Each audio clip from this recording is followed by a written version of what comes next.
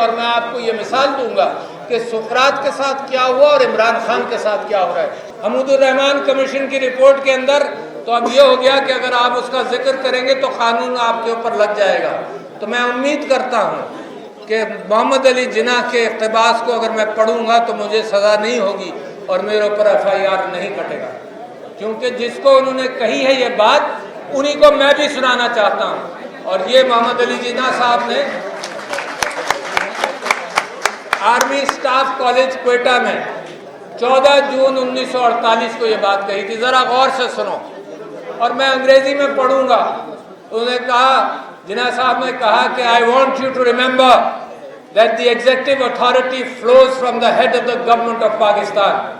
کیا کہا؟ The executive authority flows from the head of the government of Pakistan and therefore any command or order that may come to you cannot come without the sanction of the executive head۔ This is the legal position۔ Do not forget، سنیں غور سے، do not forget۔ اور اس میں برا مت مانے، ہر چیز کا آج کل برا مانا جاتا ہے۔ قائد اعظم نے کہا do not forget that the armed forces are the servants of the people۔ It was Quaid Azam who said it۔ میرے اوپر مقدمہ نہیں کرنا۔ You do not make national policy۔ It was Quaid Azam who said it about SIFC۔ You do not make national policy۔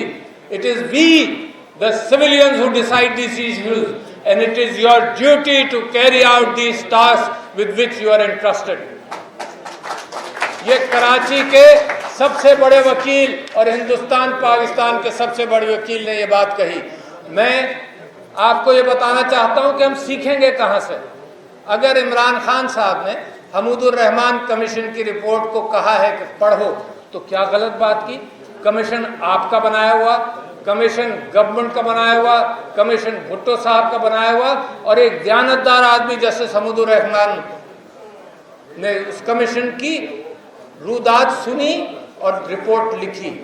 اور ایسے لوگ 15-20 لوگوں سے تو میں آج بھی واقف ہوں جو زندہ ہیں، جو گواہی دیں گے کہ ہم نے کمیشن میں کیا کہا، آج بھی زندہ ہیں اور گواہی دیں گے۔ اس سے قبل کہ ساری چیزوں کو دفنا دیا جائے وہ بھی موجود ہیں جو گواہی دیں گے۔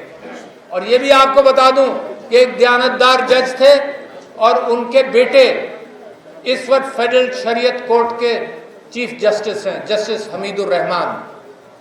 ان کے بیٹے چیف جسٹس ہیں فیڈرل شریعت کورٹ کے آج۔ تو لہٰذا بڑی آتھینٹسٹی کے ساتھ میں بات کر رہا ہوں۔ اور اگر عمران خان نے یہ بات کی ہے کہ حمود الرحمان کمیشن کی رپورٹ کو دیکھو اور پڑھو، اب ہوا کیا تاریخ کے اندر؟ ہوا کیا؟ قانون کی تلاش، انسان کی تاریخ بہت پرانی نہیں ہے، 10,000 سال، 8,000 سال، لکھی ہوئی تاریخ 6,000 سال، اس سے زیادہ پرانی نہیں ہے۔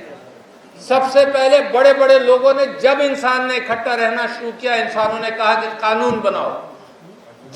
جانوروں سے جب وہ الگ ہوا تو اس نے کہا قانون بناؤ، might is not right, might is not right, جنگل کا قانون ختم کرو، انسانوں کا قانون بناؤ۔ اور یہ سائرس دی گریٹ کے حوالے سے یونان کے اندر سقراط نے قانون کی بات کی۔ سقراط سے کسی نے پوچھا کہ جی قومیں کیسے بنتی ہیں؟ تو سقراط نے کہا قوم بنتی ہے تجارت سے۔ آج بھی وہی ایشوز ہیں، کوئی زیادہ بدلے نہیں۔ قومیں بنتی ہیں تجارت سے اور قومیں بنتی ہیں مشاورت سے، جمہوریت سے۔ تو کسی نے کہا سقراط صاحب کیا بس اسی سے بنے گی؟ اس نے کہا نہیں، قومیں بنتی ہیں انسانی جذبات سے۔ اس نے کہا تھائماس۔ پھر وہاں کی عدالتوں نے، آپ کو نام بھی نہیں یاد ہوگا، وہاں کے لوگوں نے فیصلہ کیا سقراط سے کہ تم نوجوانوں کو گمراہ کر رہے ہو۔ عمران خان کے اوپر کیا اعتراض ہے؟ نوجوانوں کو گمراہ کر رہے ہو۔ اور ٹھیکیدار نوجوان کے چند لوگ بن گئے ہیں نوجوانوں کے پاکستان کے، جو کہتے ہیں کہ نوجوان گمراہ ہو رہے ہیں۔ سقراط کو پھر سزا دی گئی اس بات کی کہ تم نوجوانوں کو گمراہ کر رہے ہو، تو تم یا زہر پیو یا شہر سے چلے جاؤ، ملک بدر ہو جاؤ۔ سقراط نے فیصلہ کیا کہ میں ملک بدر نہیں ہوں گا۔ عمران خان نے کیا فیصلہ کیا کہ میں ملک میں رہوں گا، یہی مروں گا، یہی جیوں گا، میں ملک چھوڑ کے نہیں جاؤں گا۔ اور سقراط نے زہر پیا۔ سقراط کا نام آج تک مشہور ہے، ہر کتاب کے اندر ملے گا۔ آپ ان کو جانتے ہیں جنہوں نے اس کے اوپر یہ فیصلہ دیا تھا؟ کسی کا نام آپ نے سنا ہے؟ تو یہ تاریخ کے اندر پورے کرکٹ پر ڈھیر ہو جاتے ہیں جو اس قسم کی لوگ بات کرتے ہیں۔ اس کے ساتھ پھر میں آپ سے یہ بات کہنا چاہتا ہوں کہ جمہوریت اور مشاورت، قرآن کے اندر مشاورت موجود ہے، ہر اعتبار سے مشاورت موجود ہے۔ ایس ایم ظفر صاحب آپ کے بڑے وکیل ماشاءاللہ انتقال ہوا، اللہ تعالیٰ مغفرت فرمائے، ان کی ایک کتاب ہے اسلام اور جمہوریت، اور اسلام اور جمہوریت کے اندر وہ اس ارتقاء کی بات کرتے ہیں، اور بہت ساری چیزوں کے اندر اجماع اس مسلمانوں کے درمیان کہلاتا ہے اجماع، لوگوں نے سب نے مل کر فیصلہ کر لیا، اور اجماع اتنا سٹرونگ ہے کہ سارے فقہا اس کے بعد پھر بات نہیں کرتے، کہتے ہیں اجماع امت ہو گیا، یہ قوم اکٹھا ہو گئی۔ تو جب قوم اکٹھا ہو جائے جیسے مشرقی پاکستان کے اندر ہوئی تھی، ہمیں اس بات کی قدر کرنی چاہیے تھی، ان کے ساتھ بات کرنی چاہیے تھی، کبھی کوئی کانکریٹ بات کسی کے ساتھ نہیں ہوئی، اور میں گواہ ہوں اس بات کو۔ کراچی کے شہر کے اندر چودھری بڑے بڑے نام، چودھری خلیق الزماں، ظفر احسن لاری، اب نام آپ لیتے جائیے کراچی شہر کے، اگر ان کو دوبارہ زندگی مل جائے تو وہ سوچیں گے کہ کون سی غلطیاں نہ کریں، اگر ایوب خان کو دوبارہ زندگی مل جائے تو وہ بھی سوچے گا کہ کون سی غلطی نہ کریں۔ اب جو ارباب اختیار ہیں ان کے پاس موقع ہے، اپنے ماضی سے سیکھ سکتے ہیں۔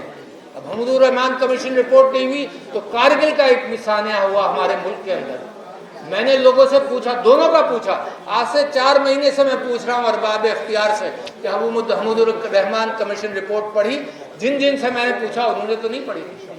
پھر میں نے کہا کارگل کے اوپر بھی ریسرچ کر لو، دیکھو آدمی کو اگر پتا چلے کہ فلانی طرف گڑھا ہے اور لوگ گڑھے میں گر چکے ہیں تو میں احتیاط کروں گا۔ یہ کیا طریقہ ہے کہ آنکھیں بند کر کے میں انکار کروں کہ نہیں میں نے پڑھنا نہیں ہے؟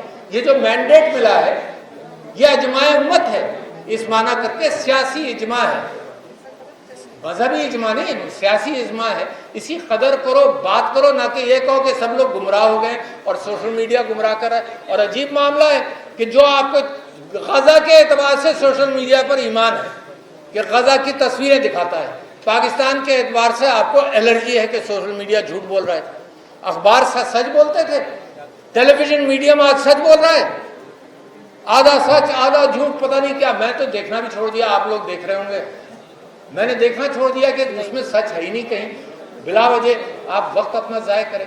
اچھا، اور پھر کیا ہوتا ہے کہ بند کر دو، آج بات نہیں کرو، ابھی بات مت کرو۔